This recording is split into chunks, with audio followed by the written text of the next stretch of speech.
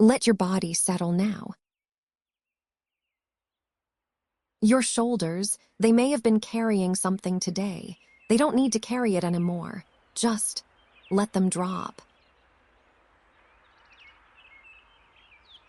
Your hands, notice where they are, the weight of them, the warmth in your palms, the quiet heaviness of your fingers resting.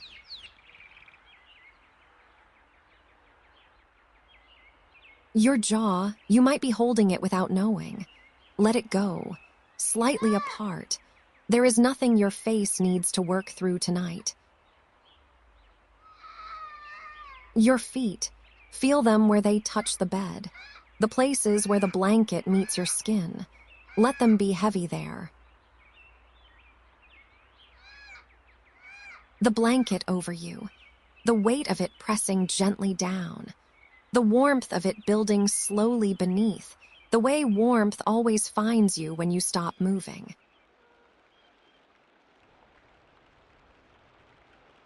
There is nothing you need to solve right now, nothing to plan, nothing to remember. All of it can wait.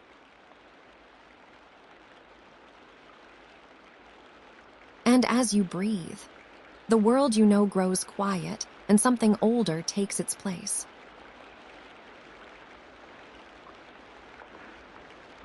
You are on a voyaging canoe, somewhere in the Great Pacific. The year is approximately 1000 CE.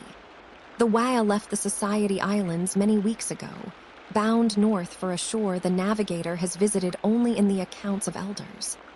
Around you, the ocean in every direction, no land visible, no horizon marked by anything but the low roll of swells and the arc of stars overhead. Tonight you will simply rest here.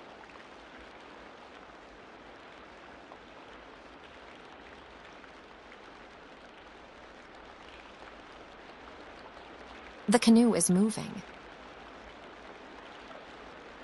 Not quickly, just the long, slow forward press that the Waya makes when the wind fills the sail and the twin hulls find the line of a swell and ride it.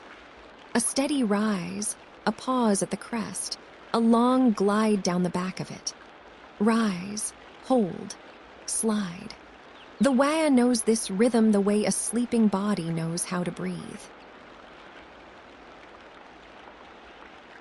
The hulls are lashed with sennit braided coconut fiber, binding the crossbeams and the mast step in a web that flexes when the canoe moves. There are no metal fasteners anywhere on this vessel. Everything that holds it together is rope and wood and the knowledge of the men who built it.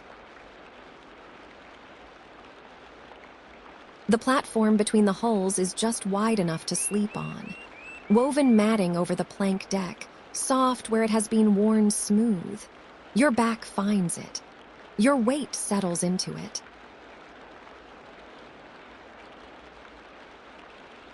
The Waya breathes with the ocean. Both hulls rise and fall together, connected. You rise and fall with them.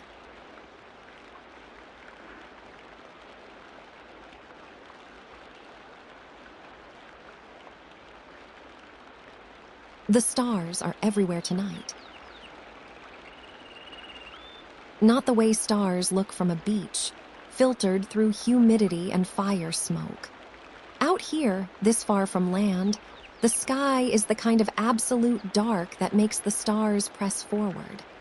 Thick and very bright, the Milky Way, a wide river spilled across the middle of it. The navigator is awake at the stern. He is reading the stars the way you might read the weight of the air before rain, a slow and total attention. The rising point of a certain star tells him his heading. A group low in the north tells him how far he has come. There is no compass on this Waya. There never has been. The navigator carries the sky the way the sky carries the stars, not written down, not measured with instruments, but known so fully it lives inside him. His teacher's teacher knew it. His teacher knew it. He knows it now.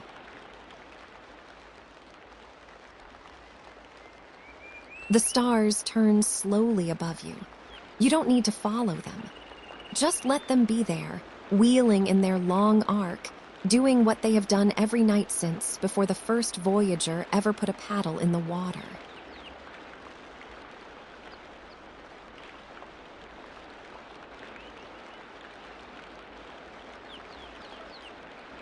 The sail is breathing. It is woven from pandanus, long dried leaves, split and plated into panels and stitched into the crab claw shape that catches the wind. When the wind is steady, the sail goes quiet, full and taut. Then a small shift, and the whole sail shudders once, a soft sound that moves from foot to tip and back, and then settles again. The sound of it is something like cloth, something like rain at a great distance. It comes and goes with the gusts, part of the constant soft sound of this night at sea, the hiss of water along the hull, the creak of sennit where the crossbeam flexes, the occasional drip from the boom overhead.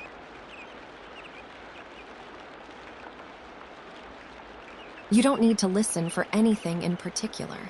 The sail knows what to do with the wind. The wah knows its own way through the swell.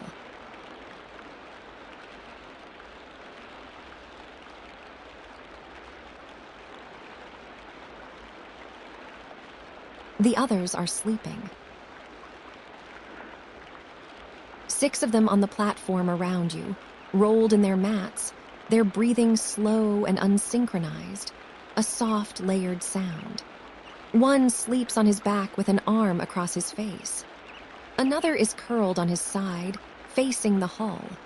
They sleep the way people sleep who work with their bodies all day and trust each other enough to close their eyes.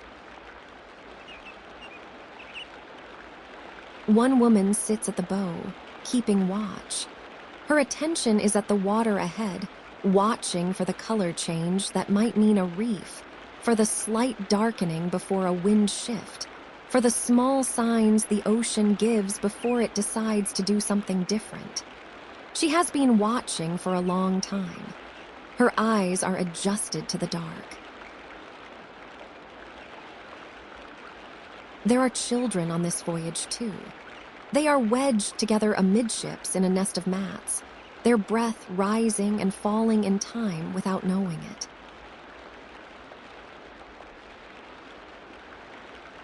All of them going somewhere.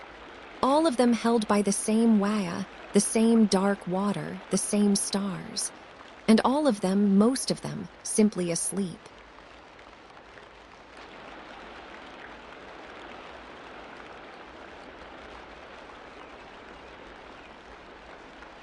The ocean is very deep here. 4,000 meters below the 2 hulls, a cold, sunless world where nothing goes that a person can reach. The surface you are resting on is not even the beginning of the ocean, just a thin membrane at the top of something vast. But the ocean is also close. You can hear it against the hull, a hollow, continuous sound, the slap of water on carved wood. The trade wind has been pushing the surface water north for days, collecting warmth from the sun, and you are riding in that warmth, carried by it. The swells come from the southeast, long and low, traveling for days from a storm far away. The navigator knows their angle by feel, not by thinking about it, but by the way the waya moves under his feet. When the swell changes, he will know before he even looks at the horizon. If you put your hand over the edge and drag it through the surface, the water would be warm, warmer than you might expect this far out. A faint pull as the hull moves through it. The ocean giving the faintest tug, asking nothing, just present. Just there.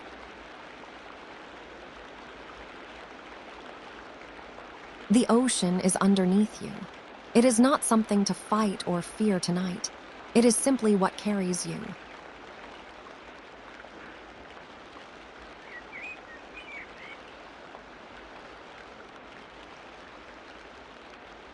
The steering oar moves slowly. The navigator holds it loosely, a long carved paddle at the stern, its blade trailing in the dark water. He adjusts it in small ways, corrections so slight they do not disturb the waya's rhythm. His hands know the feel of the current in the blade. He steers the way you adjust your weight on uneven ground without thinking. A conversation between body and water that doesn't need language. The paddle is carved from breadfruit-wood, the grain running straight along the shaft. Where it meets his grip, the wood is darker from the oil of his hands, worn to a smoothness that is almost like warmth. His father made it. He has used it on 3 long crossings.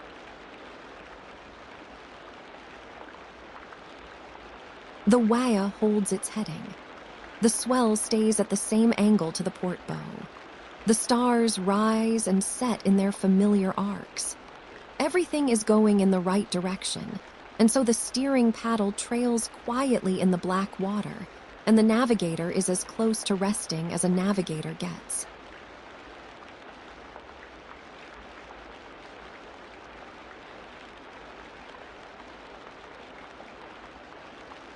Somewhere behind you, the islands. The Society Islands, steep green peaks rising from the water. The lagoon colors you grew up reading like the faces of people you know.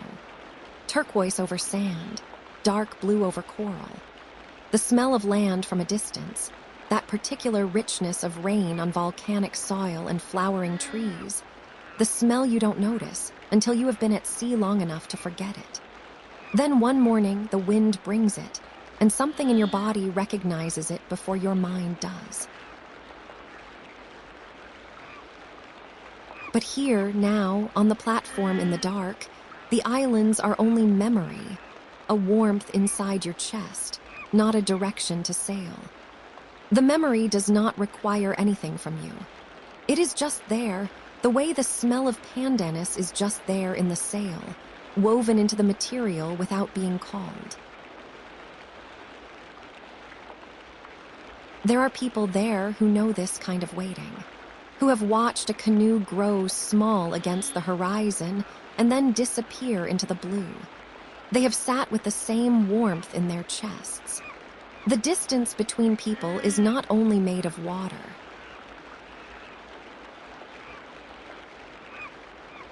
There is nothing you need to carry tonight. Not the islands, not the people, not the distance between here and there. Let the waya carry all of it.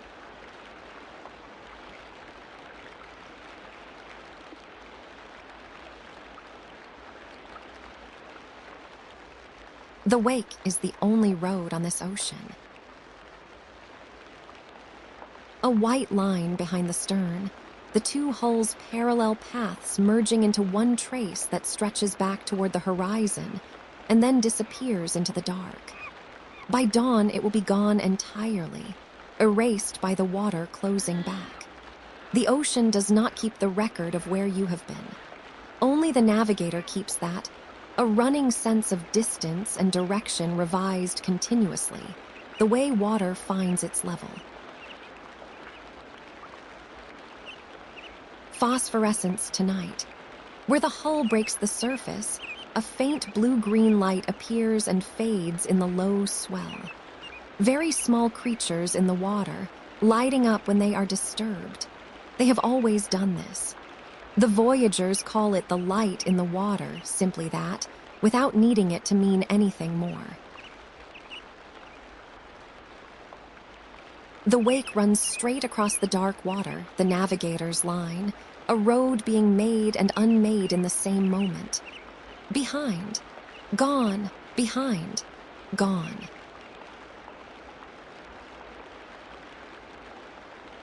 Let the water close. Let it go behind you.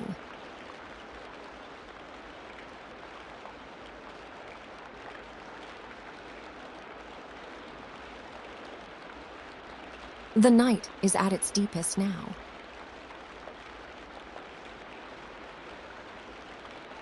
The wind has eased a little. The sail hangs loosely on its lines, barely full, and the waya is moving more slowly, nodding in the swell. The sound of the water against the hull is lower. The lashings have gone quiet.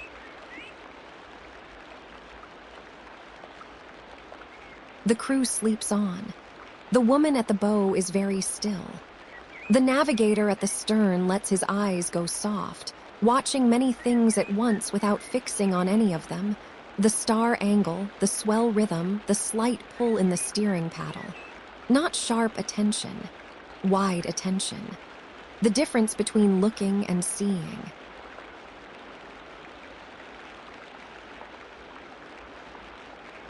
There is nothing you need to solve right now. No calculation, nothing to prepare. The waya is carrying you. The ocean is carrying the waya. The stars are turning overhead in their slow arc, the same stars that guided every canoe that ever crossed this water, back beyond any story anyone can remember.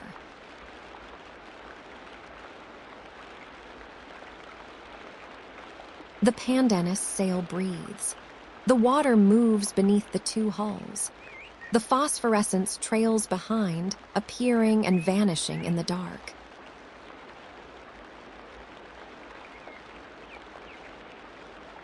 Your breath goes out. The ware rises on a swell, holds, slides.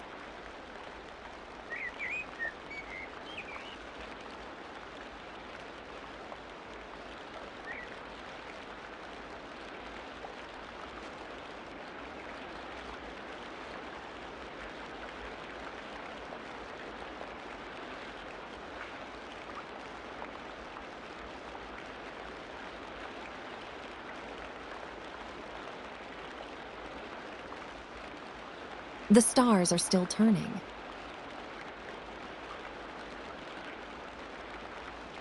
The navigator makes one small adjustment to the steering paddle, then lets it rest. The water moves under the hull the way it has moved all night.